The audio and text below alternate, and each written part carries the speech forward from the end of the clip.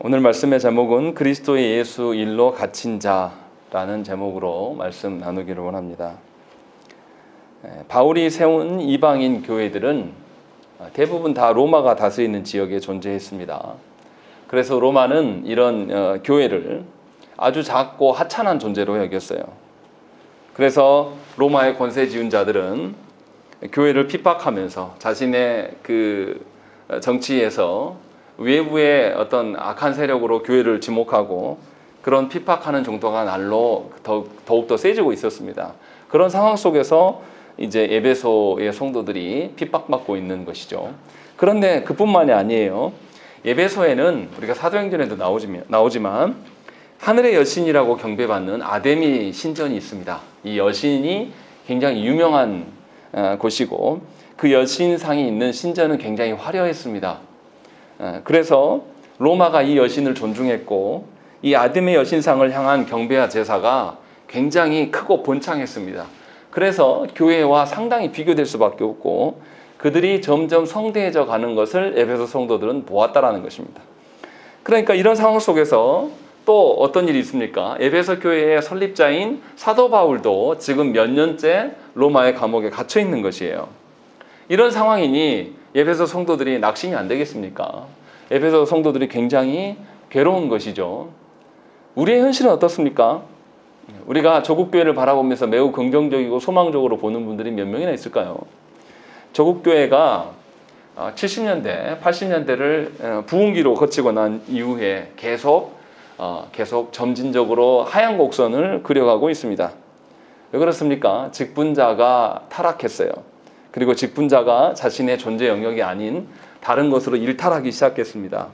또 그리고 교회가 정치에 가담하게 되고 교회가 세상을 닮아가는 형식으로 서거가게 되는 것이죠. 그러니까 교회가 계속해서 탐욕과 타락에 물들고 부패함이 계속 드러나요. 그래서 이제는 2000년대에 들어오면서부터는 이제 어떻습니까? 세상이 교회를 걱정하는 대형교회의 목회자가 그 아내와 함께 미국에다가 얼마나 많은 부동산을 빼돌렸는지를 다 조명해주고 그래도 교회가 회개를 하지 않는 것이죠. 우리의 상황과 이 에베소 성도들이 많이 닮아 있어요. 게다가 지금 현재는 어떻습니까? 질병으로 인한 팬데믹 상황에 놓여 있어요. 팬데믹 상황이 온 뒤로부터 성도들이 이제 어떻게 생각하기 시작합니까? 예배를 중요하게 여기지 않습니다. 그냥 인터넷으로 틀면 된다. 이것이 성도들 가운데 아주 다 평대하게 나눠져 있습니다. 굳이 갈 필요가 뭐 있냐. 인터넷으로 보면 되지. 그래서 어떤 유명한 목회자는 이제는 이 온라인 예배를 잘 활용해야 된다. 이런 식으로 이제 교회가 혼란이 가중된 것이죠. 그래서 우리는 편리함에 이미 세뇌당해 있습니다. 하나님 앞에서 불편한 것을 못 견뎌해요. 오히려 편리해야 된다라고 말하는 시대가 돼버린 것이죠. 그래서 우리의 다음 세대는 어떻습니까? 대부분 다 어떻게 전망하냐면 다음 세대는 교회가 다 몰락하게 될 것이다. 그래서 교회는 지금 해야 될 것이 통합하고 합병하는 일을 건강하게 할 수 있는 것이 무엇인가? 이것을 고민하는 지경에 되고 말았다는 것입니다. 에베소 성도들이 핍박하는 가운데서 절망하는 것과 조국 교회의 암담한 현실이 너무도 닮아 있어요. 근데 이제 문제는 뭐냐면 이런 고난 중에서 낭망하게 되는 문제들이 더 큰 문제들이 벌어져요.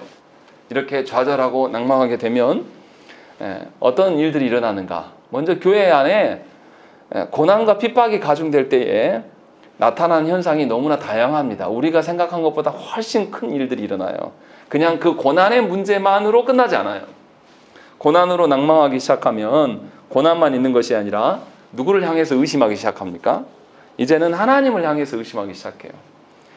왜 하나님께서 내 고난 중에 있는데 나와 함께 하시지 않는가? 하나님은 왜 저 멀리 계시는 건가? 이러면서 사람들이 이제 하나님 중심으로 생각했던 것들이 사람 중심으로 바뀌게 됩니다. 왜냐하면 하나님을 의심하니까. 인류가 계몽주의를 경험하면서 과학의 발전을 또 산업의 발달을 경험하면서 인류 스스로 우리가 선한 일들을 할 수 있다라고 자부했습니다.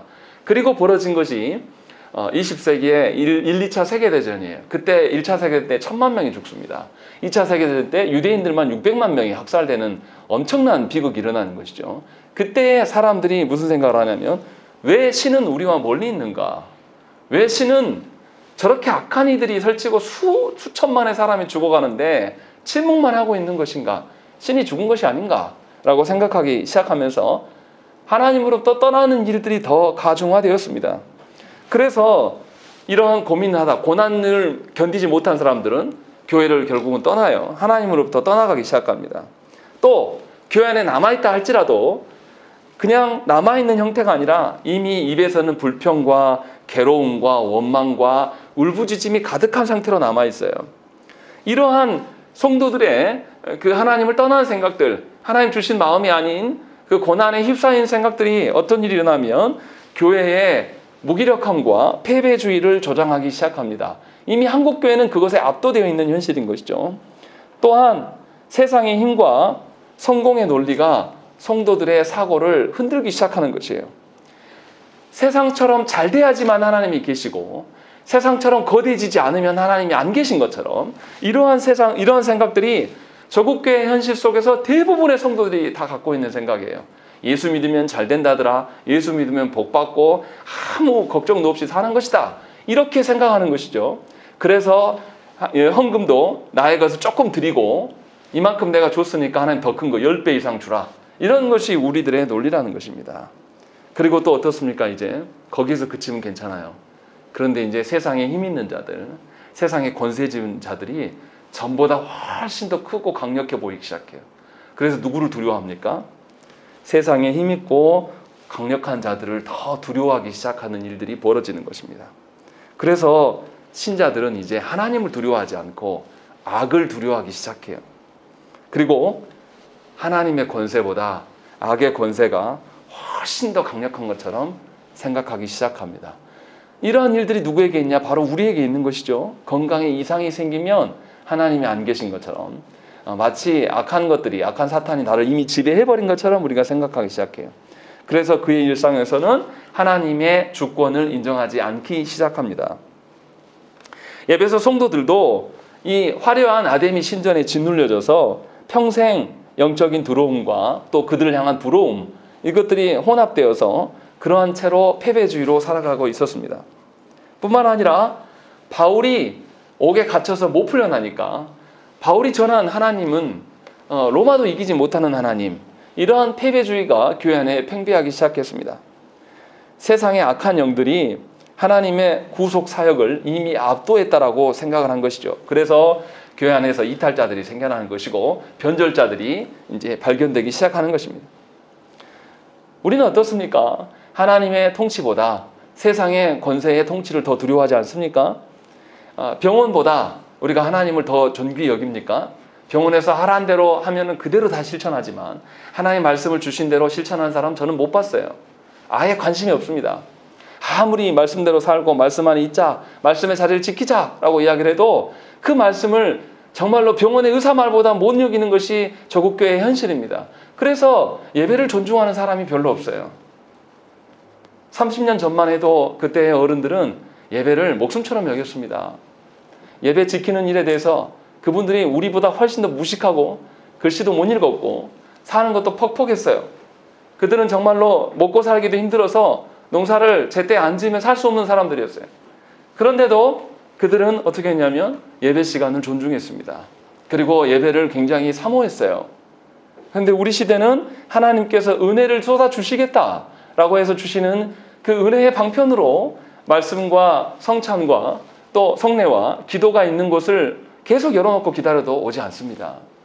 이것이 우리의 현실이에요. 약간의 고난만이 와도 교회는 이미 다 쓰러져 버리는 것이죠. 교회가 쓰러지는 것이 문제가 아니라 사실은 하나님의 하나님 되심을 무시하기 시작한 겁니다. 하나님을 저국교회 성도들이 과소평가하기 시작한 것입니다. 그래서 아파트보다 하나님이 훨씬 못한 존재입니다. 직장보다 하나님이 더 강력한 분이 있습니까? 그것을 인정하는 성도들이 교회 안에 몇이나 있습니까? 없어요. 직장이 어긋나면 하나님도 그 다음부터 없는 것이죠. 이것이 우리의 현실이에요. 제가 무슨 말을 하려고 하냐면 고난 가운데 낭망하는 자들이 얼마나 큰 문제를 조장하게 되는가.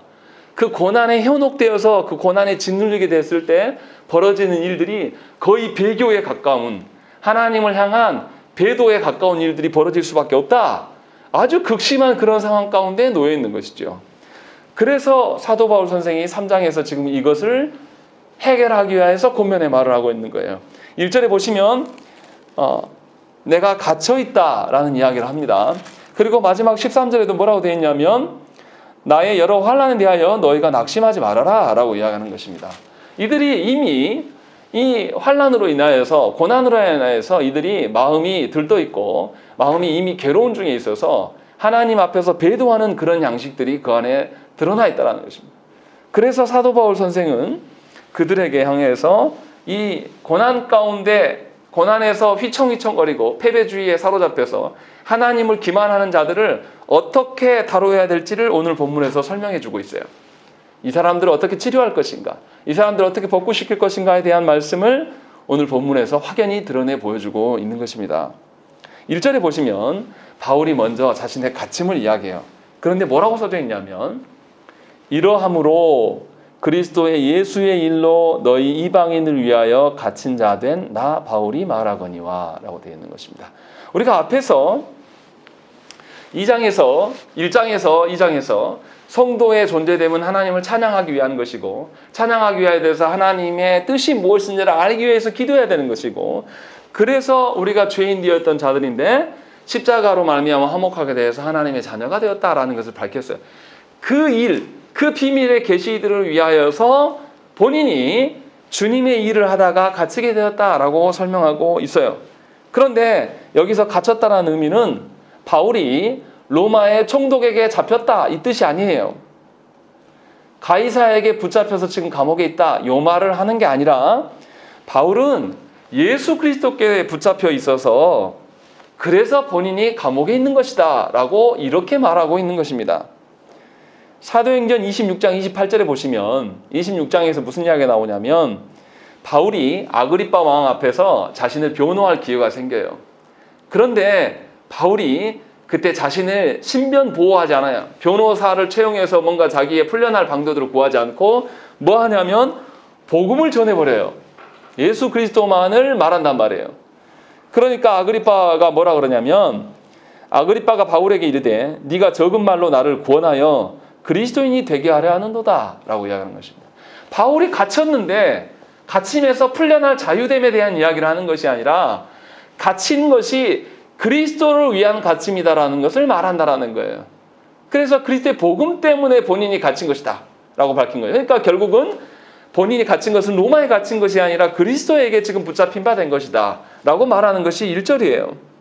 엄청 놀라운 고백인 것이죠. 육적으로 내가 지금 붙잡혀 있는 것이 아니라 나는 이미 그리스도에게 사로잡힌 자였고 그래서 내가 지금 갇혀 있는 것이다 라고 이렇게 말하고 있는 것입니다. 그래서 바울이 그 뒤로부터 자신이 왜 그리스도에게 붙잡히게 되었는가를 밝히고 있습니다. 하나님께서 바울에게 구원의 계획과 그 경륜에 관한 비밀을 계시하여 주셨기 때문임을 밝히고 있습니다. 그리고 이 비밀을 바울은 이미 에베소 성도들에게 다 알렸어요. 알린 것만이 아니라 기록까지 했습니다. 3절의 말씀 보시면 곧 계시로 내게 비밀을 알게 하신 것은 내가 먼저 간단히 기록한 것 같으니 그들에게 서신을 통하여서 감추어졌던 그 비밀, 그 구원의 어떠함을 그들에게 이미 알렸다라고 말하고 있는 것입니다. 그러니까 바울은 나만 특별한 존재이다. 나만 그리스도 예수께 붙잡힌 자다라고 말하지 않아요. 자신만 사도에게 특별하고 자신만 설교자에게 나만 주의 종이다 이런 말 하지 않는단 말이죠. 특별히 계시를 아는 자가 아니라 하나님께서 성도된 모든 자들에게 계시를 열어주셨고 이미 에베소 성도들에게도 기록된 말씀으로 그들에게 주었다라고 밝히고 있는 것이에요. 그러니까 예수를 따르는 자면 이 구원의 비밀을 다 알아야 되는 거예요. 바울이 이미 1장 17절에서 무엇을 위해서 기도합니까? 모든 성도들에게 메시아에 대한 계시가 이해되도록 성령께서 역사해 주셔서 깨닫게 해달라고 이미 간구하였습니다. 이 복음은 전에는 이방인 모두에게 알려진 것이 아니라고 그래요. 하지만 그리스도께서 오심으로 인하여 이방인과 유대인의 벽이 허물어졌고 이제 그리스도 안에서 이방인도 유대인과 같이 하나님의 상속자가 되었습니다. 그리스도의 지체가 되었어요. 언약 백성이 되었단 말이에요. 그렇기 때문에 바울은 이방인들을 향해서 복음을 전하는 이방인의 사도가 되었다라고 말하는 것입니다.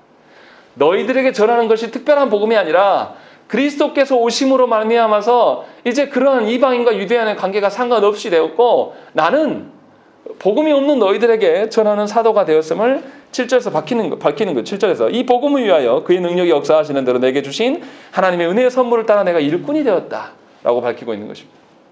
그러니까 바울이 지금 갇혀 있는 것에 대해서 자랑스럽게 여기는 거예요. 위축되거나 패배주의나 하나님이 멀리 계시거나 하나님의 능력을 무시하거나 세상의 권세 잡은 자들을 두려워하거나 이런 태도가 아니란 말이죠. 하나님의 은혜의 선물로 본인이 사도직을 주의 일꾼이 되었음을 고백하고 있는 것입니다. 아무에게나 부여하는 것이 아니라 하나님의 계시의 말씀들을 아는 자, 그리고 이것을 알릴 수 있는 자에게 지금 하나님께서 선물로 주셨다. 은혜 베푸심으로 말미암아 본인이 사도되었고 사도직을 감당하다 보니 갇히게 되었다라고 지금 이렇게 말하고 있는 것입니다. 그래서 다메섹 도상에서 부활하신 그리스도를 만났을 때에 바울은 하나님의 인자하심과 하나님의 긍휼이 많으심을 경험합니다.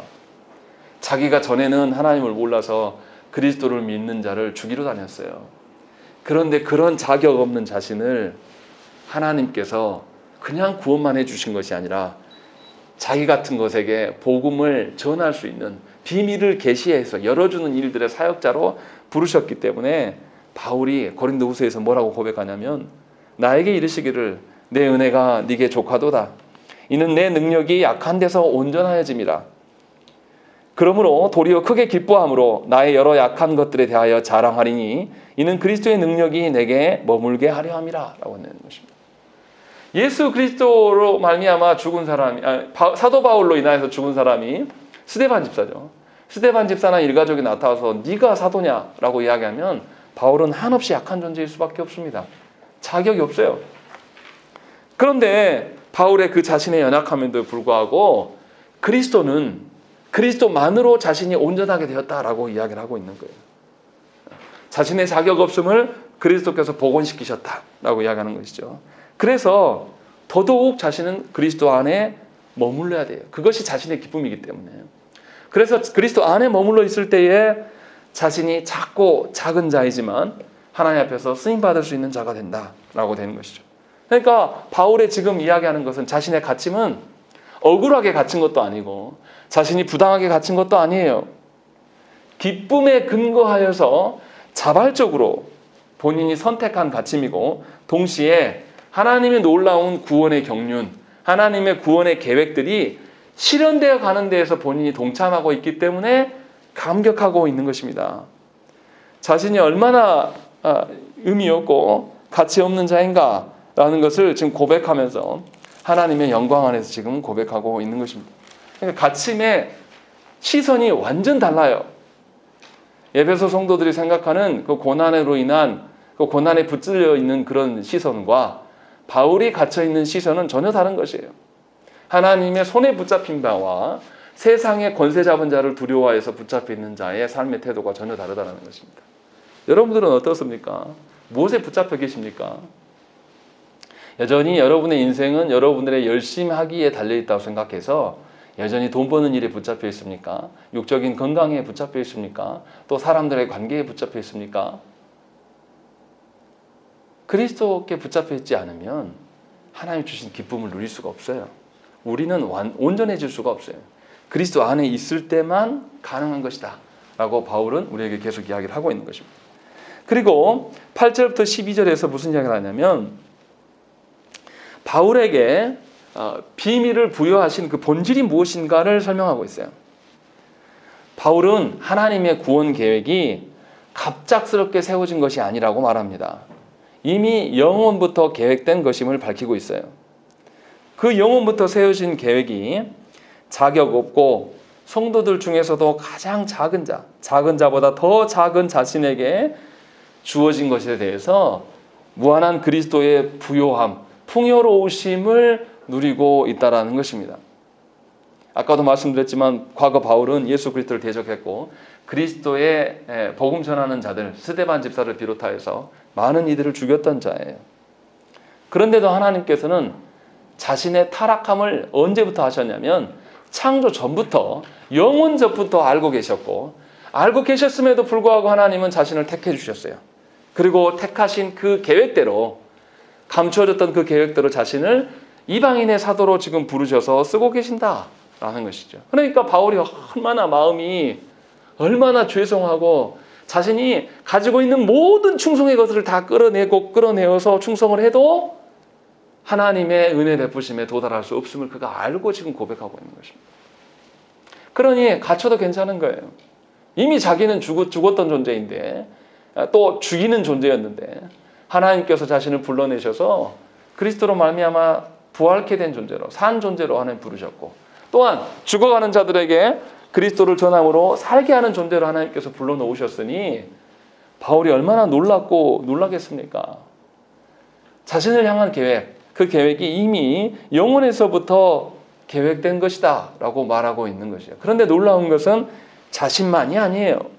하나님의 구원의 경륜은 바울에게만 주어진 것이 아니라 성도된 모든 자들에게 동일한 방식으로 주어졌습니다. 유대인들이 스스로 선민이라고 자부했어요. 그래서 결국 어떻습니까? 하나님의 구원의 방편인 예수 그리스도를 십자가에 못 박는 일을 했습니다. 그런데 로마서에서 무슨 이야기를 합니까?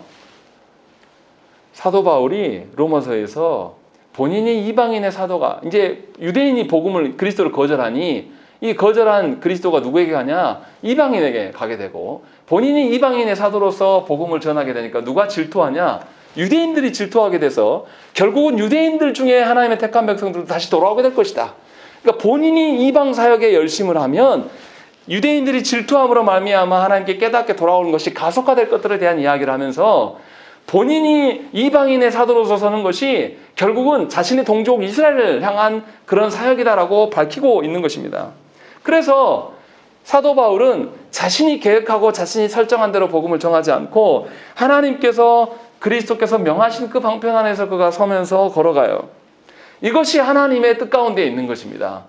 하나님이 이미 나만이 아니라 유대인들을 향해서도 그런 계획을 갖고 계셨고, 또 유대인만을 위한 구원이 아니라 이방인들을 향한 그 구원의 계획을 이미 하나님 갖추고 계셔서 이 모든 것들을 하나님께서 이루어가시는 하나님이시다라는 것을 밝히고 있는 거예요. 이 과정 중에 유대인과 이방인이 서로 미워하고 시기하고 뭐 이런 것까지도 하나님께서 당신의 구원의 계획 속에 다 포함시켜 놓았던 것임을 밝혀주고 있는 것입니다. 그러니까 그 가운데 다툼이 있을 수도 있고 분쟁이 있을 수도 있고 하나님 그거 모르시지 않아요. 다 아심에도 불구하고 우리의 시기 많음과 우리의 교만함과 우리의 이기적인 어떠함까지도 다 계산하셔서 그것까지도 역이용하심으로 말미암아서 복음의 어떠함과 구원의 어떠함을 이뤄가신다.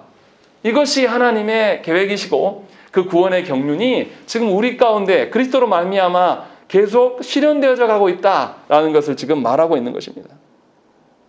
그러니까 교회로 부르심을 받은 자들은, 모든 성도들은 이 하나님의 구원의 경륜을 통해서 이것을 경험하고 있는 것입니다. 그러니까 우리 인생 가운데 내가 낮아지고 내가 외톨이가 되어서 홀로 된 것처럼 느껴지고 처절한 상황 가운데 놓이는 것까지도 하나님께서 다 계획하신 것 중에 일부임을 믿으셔야 된다는 거예요. 하나님의 구원 경륜을 우리가 얼마나 우습게 알면, 얼마나 이기적으로 알면 하나님이 나를 낮추신 것은 있을 수가 없는 일이에요. 하나님이 나를 치셔서 내가 세상에서 바닥을 내려가는 것은 감당하지 못하는 것이죠. 교만하니까. 본인이 하나님이었거든요. 본인이 하나님을 떠나서 인생을 계획했어요. 본인이 아는 정도로 뭔가를 판단하고 본인이 아는 정도로 가정을 일구었고 본인이 소망한 정도로 자식들에게 그것을 기쁨이고 인생의 만족이라고 투영해오면서 거짓으로 가르쳐왔단 말이에요. 그러니 그 가정과 그 본인이 하나님의 주시는 고난 그것을 견딜 수 있냐고? 못 견디는 거예요. 그래서 좌절하고 넘어지고 하나님을 향한 불만을 가질 때 그것까지라도 하나님께 다 계획하셔서 다시금 하나님께 돌아올 수 있도록 하나님께서 만드신 것이다 라고 사도 바울 선생님이 우리한테 이야기를 하는 것입니다. 하나님이 이 구원의 계획을 아는 사람이면 그 고난에 대해서 묵묵히 참고 기다리면서 하나님의 도우심을 구하면서 기다릴 수 있을 것입니다. 그런데 하나님의 구원의 계획을 알지 못하는 사람들 어떻게 하겠습니까? 하나님의 그 구원의 계획을 모르는 자들이 당하는 고난은 정말 싫은 것이고 하나님을 향한 대적의 시작이 되어버리는 거예요. 의심하면서 불만하면서 하나님이 주신 현장을 거절하는 것입니다. 그러면 전부 불만인 것이죠. 내가 속한 교회도 싫고 지금 설교자도 싫고 또 내가 처해 있는 어떤 직장의 환경도 싫고 가정도 싫은 것이고, 그러니 그에게는 기쁨과 만족이 없어요. 그냥 늘 고난에 짓눌려져 살아가는 거예요. 하나님은 우리를 구원해 가시기 위하여서 고난까지도 계획하시고 설계해 놓으셨는데 그것을 못 견디고 끝나는 것처럼 말한단 말이에요. 그러나 하나님은 교회된 자들을 중심으로 구원의 모든 것들을 설계하셨어요. 그래서 10절에 뭐라고 합니까? 사도 바울이 이는 이제 교회로 말미암아 하늘에 있는 통치자들과 권세들에게 하나님의 각종 지혜를 알게 하려 하심이니 라고 되어 있습니다. 여기 10절에 나오는 통치자들과 권세자들, 하늘에 있는 통치자들과 권세자들은 뭐냐면 영적인 존재들, 하나님을 대적하는 사탄의 무리들을 말하는 것이죠. 이들은 사망으로 말미암아서 하나님을 이길 수 있을 것이라고 생각을 했어요. 그래서 예수 그리스도를 십자가에 못 박는 일에 대해서 자기들이 쾌재를 불렀어요. 야, 우리가 이겼다. 그런데 놀랍게 예수께서 사망을 죽여버리시고 사망을 극복하시고 부활하심으로 일어나서 자신들이 실패한 것을 경험하게 돼요. 이 부활의 증거가 어디에 드러나냐? 교회에 드러나는 것입니다. 그래서 10절의 말씀처럼 교회로 말미암아 각종 지혜를 알게 하신다라고 이야기를 하고 있는 거예요. 우리가 뭔데? 저와 여러분들이 그렇게 하나님의 지혜를 반영할 만한 그런 존재입니까? 저와 여러분들이 그렇게 하나님을 반영할 만큼 그렇게 탁월하고 놀라운 그런 존재이냐고요? 아니란 말이에요. 아주 형편없고 하나님의 구원에 대해서 관심도 없고 그냥 내 마음대로 살아가는 그런 존재인데도 놀랍게도 하나님 우리를 부르셔서 교회되게 하시고 이것을 우리에게 맡겨놓으신 거예요. 그러니까 모든 세상의 중심이 무엇입니까? 교회예요. 놀랍지 않습니까? 모든 세상의 중심이 교회로 우리를 불러놓으신 거예요. 그렇다고 해서 오해는 하지 말으셔야 돼요. 하나님의 구원의 역사는 누가 이루어가십니까? 하나님께서 이루어가시는 거예요. 우리는 중간의 역할로서 하나님이 이루어가시는 증거판이 되어주는 것뿐이에요. 세상에 알지 못하는 자들이 하나님이 일하시면 보지 못하기 때문에 뭘 봐야 됩니까? 하나님의 증거판인 교회를 볼 수밖에 없는 것이죠. 그러려고 우리를 부르신 거예요. 그러니까 우리가 어떤 영혼을 변화시키고 어떤 영혼의 많은 결론을 이뤄내고 이런 거 우리 역할이 아니에요. 우리는 하나님의 구원의 경륜 앞에서 즐거워하고 감사하고 하나님만을 노래하는 것으로 끝난 거예요. 우리 할 일은. 그거 하라고 풀어놓으신 걸 말이라요. 우리가 가서 막 몇 명을 전도했네. 누구는 뭐 수십 명을 했는데 나는 이것밖에 안 되네. 누구 목사는 몇천 명, 몇만 명을 목회하는데 나는 몇 명밖에 없네. 이런 것은 세상의 논리예요. 미련한 거예요. 하나님 우리에게 그렇게 맡기신 것도 없어요. 그냥 우리는 하나님만을 찬양하면 되는 거예요. 사람이 많아서 하나님을 찬양합니까? 아니에요. 하나님의 하나님 되심을 찬양하는 것은 사람이 많이 모이나 적게 모이나 우리가 부유하나 가난하나 아무 상관없어요. 오로지 그리스도의 부유하심만이 있으면 하나님을 찬양할 수 있는 거예요. 그런데 너무나 안타까운 것은 뭐냐면 교회가 그리스도의 부유하심을 모른다는 것이에요. 그저 그냥 하나님께 기도했더니 11조가 많아지고 하나님께 기도했더니 내 자녀 취업이 잘 되고 하나님께 기도했더니 병이 낫고 이런 것만 말한다면 이게 무슨 그리스도의 부유하심입니까? 이거는 세상에서 다 하는 거예요. 우리 세상이 우리보다 더 잘합니다. 그런 거라면 왜 작은 교회에서 제가 여기서 몸부림치고 있겠습니까? 돈 벌어야죠 가서. 그게 하나님의 부유하심이라면. 그런 게 아니에요. 아주 심판받을 수밖에 없었던 사도 바울도 예수 그리스도를 증오하고 미워했던 그 자격 없는 자도 하나님께서 들어서 이방인의 사도로 크게 쓰시는 것. 연약한 만밖에 없는 그런 자를 강하게 하나님께서 변화시켜서 일으키시는 것. 이것이 그리스도의 부유함이에요. 그러니까 저와 여러분들이 고난 중에 있을 때에 하나님의 뜻을 알기를 원하는 것이고 이 고난마저도 하나님의 설계 가운데 있는 것이기 때문에 우리가 하나님의 뜻을 구하는 것이 너무나 합당한 거예요. 그것이 우리가 감사하며 살 수 있는 모든 근거가 되는 것입니다. 그래서 하나님께서 우리에게 베푸신 그 구원이라는 것이 그냥 갑자기 하나님께서 번뜩 생각나서 하신 것이 아니라 이미 창조 전부터 계획해 놓으셨고 그것을 하나 둘씩 계속 실현해 가시고 계신 거예요. 그러니 하나님의 구원이 변동하고 요동하겠습니까? 절대 그럴 리가 없죠. 딱 고정되어 있는 것이에요.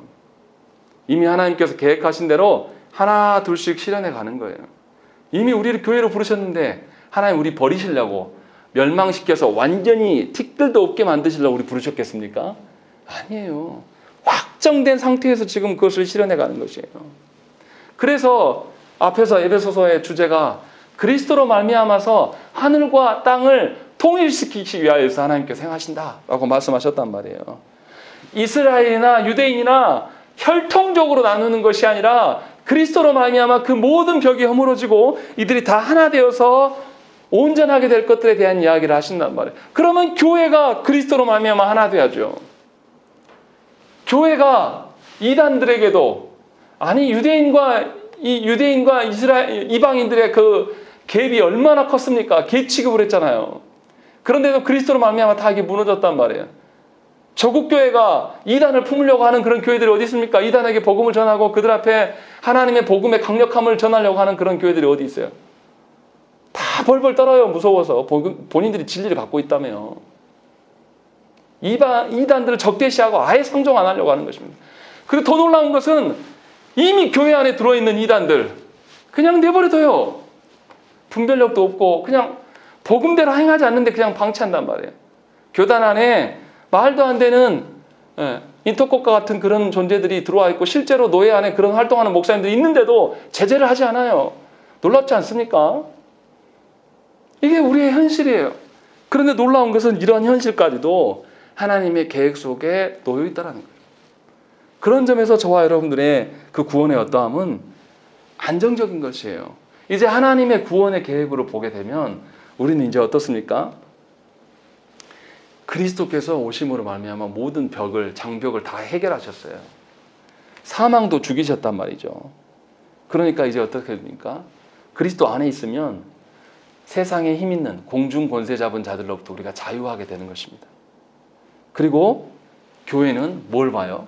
하나님의 지혜를 보게 되는 것입니다. 사람들의 거대함과 사람들의 연륜을 보는 게 아니라 하나님의 지혜를 교회를 통해서 드러내 보이시겠다고 하시는 것이죠. 그래서 교회는 하나님의 구원의 역사에서 세상의 중심인 것입니다. 여러분들 그 중심에 서 계신 분들이에요. 그런데 중심인 우리들이 하나님의 말씀을 소홀히 여기고 중심인 우리들이 아이고 죽겠네 살아가는 것이 과연 중심답습니까?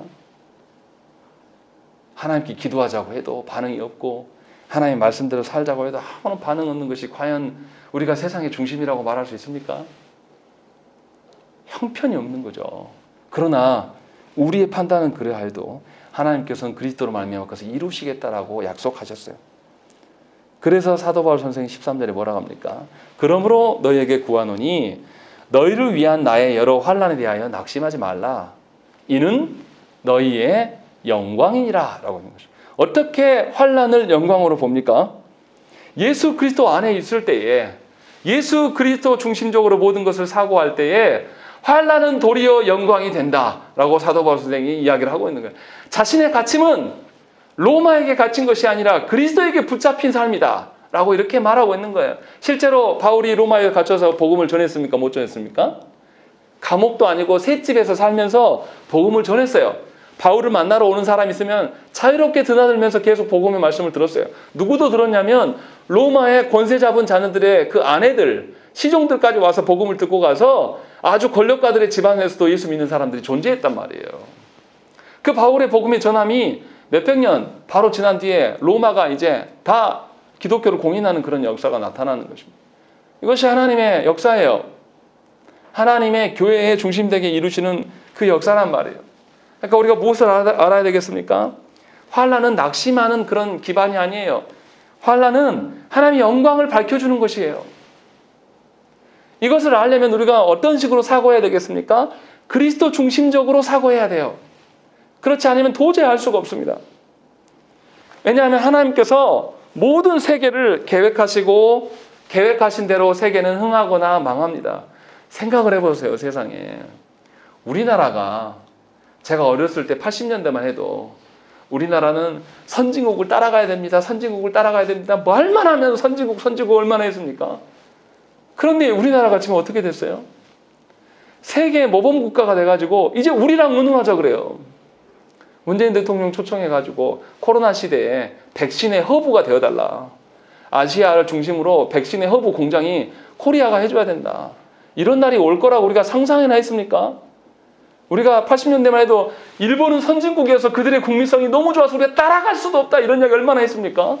그런데 일본 봐보세요. 형편없잖아요. 하나님 이렇게 바꾸셨어요. 천지가 개벽할 일들이 우리 안에 일어나는데 우리 기뻐하지 않습니다. 계속 비난하고 절망하고 좌절하고 이놈의 나라가 어찌 되려고 이런지 모르겠다. 이 소리만 하고 있는 거예요. 누가 국가를 위한 것이고 누가 하나님의 뜻을 보는 것입니까? 하나님께서 우리 인생 가운데 기쁨과 하나님의 능력을 보게 하시기 위해서 우리를 불러놓으셨는데 우리는 계속 죽겠다라는 거예요. 왜요? 그리스도 중심적으로 살지 않기 때문에 그래요. 내 평가대로 내 판단대로 살아가는 거예요. 하나님의 목적대로 내가 이끌려가는 인생이 아니라 내가 세우는 목적대로 살아가는 거예요. 하나님의 개입하신 것은 죽어도 싫은 것이고 내 마음대로 하고 싶은 거예요. 그래서 성도들이 말씀대로 살아라고 말씀의 기준을 가까이 고면하면 전부 기겁하고 돌아갑니다. 내가 목사님께 이런 것까지 평가받아야 됩니까? 내가 알아서 하는 것이지. 왜 이래야 됩니까? 제가 조국교회 안타까운 거면 우리 선배들이 남겨놓은 그 설교나 글을 보면 성도들이 아주 작은 것까지 다 당의 허락을 받았어요. 그런 교회가 어디 있습니까? 우리 시대에. 설교하기를 아주 우습게 알고 설교를 들어도 누가 그 말씀을 지키고 살아갑니까? 다 우습게 여기는 것이죠. 말씀의 권위가 하나도 없어요. 누가 목사에게 의논합니까? 본인들이 결정해가지고 통보만 하죠. 누가 하나님의 말씀을 존중합니까? 말씀을 잘 전달하는 그런 목회자를 청빙하려고 혈안이 된 교회는 없어요. 장로들끼리 자기들끼리 편하려고 자기 말 잘 듣는 사람 불러오는 거예요. 그러니 교회가 제대로 서겠습니까? 그러니 하나님이 주시는 그 기쁨과 만족이 우리 안에 있겠어요? 하나님의 계획하신 대로 하나님의 일하신 대로 우리가 그것을 보냐 이 말이에요. 못 보는 거죠. 그러니까 여기저기서 교회들이 싸우고 난리예요. 세상의 동창회에서도 하지 않는 일들을 교회가 하고 있어요. 기가 막힌 일들이 우리 가운데 있는 것입니다. 왜 그렇습니까? 하나님께서 우리의 구원의 어떠함을 누구 안에서 다 이루셨어요? 예수 그리스도 안에서 다 이루어놓으셨단 말이에요. 그러니까 신자는 그리스도를 떠나서 살지 않아요. 그리스도 중심적으로 나의 모든 인생의 계획들을 그리스도 안에서 발견하기를 소망하는 거예요. 그래서 그리스도를 떠난 자에게 고난은 지옥이에요. 그러나 그리스도 안에서의 고난은 하나님의 영광과 하나님의 다스리심을 경험하는 그런 현장이 되는 것입니다. 그리스도께서 모든 막힌 담을 허셨기 때문에 세상에 어느 누구도 어떠한 기준으로도 분리하거나 무시당할 수가 우리는 없어요. 하나님께서 그걸 지키시다고 약속하셨다는 것이죠. 그래서 사도 바울 선생은 에베소 교회 이방인들이 그들을 향하여서 소수인 유대인들이 너희를 핍박한다고 말하지 마라. 막힌 담을 헐어라 라고 이야기를 하는 것이죠. 그래야지 그들이 기쁨의 장소, 그 교회가 될 수 있다라고 말하는 것이죠. 이렇게 하나님의 구원 계획을 아는 자들은 결코 세상의 어떤 것보다 하나님이 더 낫다고 말하지 않아요. 하나님이 주시는 지혜가 세상의 어떤 지혜보다 더 확실한 것이며 세상의 어떠한 학식과 지식보다 더 놀라운 것이 하나님의 말씀임을 알기 때문에 하나님의 말씀을 청종하고 가르쳐요. 어떻게 세상 학문이 하나님의 말씀을 압도할 수 있습니까? 우리가 아는 종교개혁의 선배들은 세상 지식 학문의 기반 위에서 말씀을 연구했어요. 말씀이 신학의 최고의 학문으로 여기며 그 안에서 살았단 말이에요. 우리 시대 어떻습니까? 말씀 안 가르쳐요. 장년들도 모르거든요. 알아야 가르칠 거 아닙니까? 가르쳐져 본 적도 없고. 왜 그렇습니까? 하나님의 그 중심적인 삶을 살지 않기 때문에 그래요. 하나님의 언약을 소중히 여기지 않기 때문에. 그리고 마지막으로 신자에게 고난은 그리스도께 갇혀 있음을 확인할 수 있는 그런 기회예요. 고난이 다가오면 내가 정말로 그리스도께 붙잡혀 있는가를 확인할 수 있는 장임을 저와 여러분들이 아셔야 한다는 것입니다. 그래서 바울이 자신이 죄수가 아니라 그리스도께 붙잡힌 종이라고 고백하고 있음을 기억하셔야 돼요. 자신이 고난을 당하면 당할수록 누가 더 오심이 가까워지는 것입니까? 그리스도께서 오심에 대한 그날이 가까워지고 있는 거예요. 그래서 고난도 하나님의 계획 속에 포함된 것이다 라고 사도 바울 선생이 이야기를 하면서 고난 중에 있는 성도들에게 그리스도를 보라라고 이야기를 하는 것이 위로해주고 너희가 얼마나 힘드냐, 너희 정말 지금까지 고생했고 수고했다, 인간적인 위로를 하지 않는단 이렇게 한다고 해서 그들이 돌이켜서 고난을 하나님의 영광으로 보지 않기 때문에 우리가 무엇을 위해서 기도해야 되겠습니까? 저와 여러분들이 정말로 하나님을 하나님 되심으로 여기십니까? 하나님을 의심하지는 않습니까? 하나님이 주인이 아니라 내가 주인인 적은 없습니까? 또 정말로 우리 인생에 계획하는 모든 것이 그리스도께 물어가면서 계획하는 것입니까?